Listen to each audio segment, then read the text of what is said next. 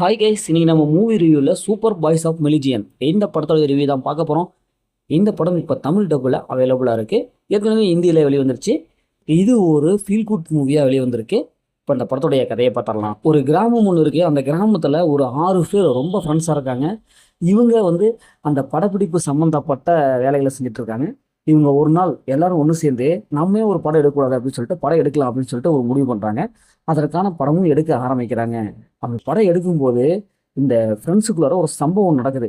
இப்போ அந்த சம்பவத்தால் இவங்களே பிரிகிற மாதிரி ஒரு சுச்சுவேஷன் ஏற்படுது.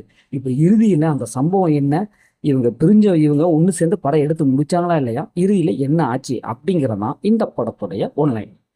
படத்துடைய பாசிட்டிவ்னு பார்த்தாவே படத்தை நடிச்ச எல்லாமே சூப்பராக பர்ஃபார்ம் பண்ணியிருக்காங்க. ஏன்னா எல்லாத்துக்குமே ஈக்குவல் கேரக்டர்ஸ் கொடுத்துருக்காங்க. எல்லா கேரக்டரும் நல்லாவே எடுத்துக்கிறதுனால படத்தை ஈஸியாக நம்ம பார்க்க முடியுது. ஸ்க்ரீன் பிளே பொறுத்தளவுக்கு ஃபர்ஸ்ட் ஹாஃப் கடைசி வரைக்கும் ஜாலியாக கொண்டு போகிறாங்க.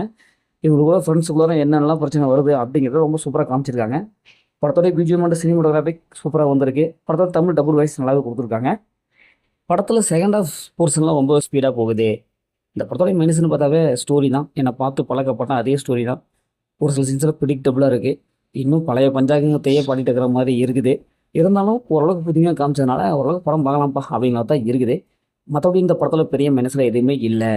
பொதுவாக ஃப்ரெண்ட்ஸ் ஒரு 4 பேர் சேர்ந்தாங்கன்னாவே வெவ்வேறு கருத்துக்களில் சொல்லுவாங்க. இவங்க 6 பேர் இருக்கிறாங்க. அதனால் ஆளுக்கு ஒரு கருத்துக்களை சொல்லிக்கிட்டு அவங்களுக்கும் என்ன பிரச்சனைலாம் வருது, அதை எப்படி ஹேண்டில் பண்ணணும் அப்படிங்கிற ஒரு கருத்து அந்த படத்தில் சொல்லியிருக்காங்க. இந்த படத்தை ஃபேமிலியோட பார்க்கலாம், கண்டிப்பாக ஃபேமிலியோட பார்க்கலாம். படத்தில் அந்த மாதிரி எதுவுமே இல்லை. மொத்தம் இந்த படம் சூப்பராக சும்மா இருக்குன்னா இந்த படம் ஒரு ஒன் டைம் வச்சு தான் நான் சொல்கிறேன்.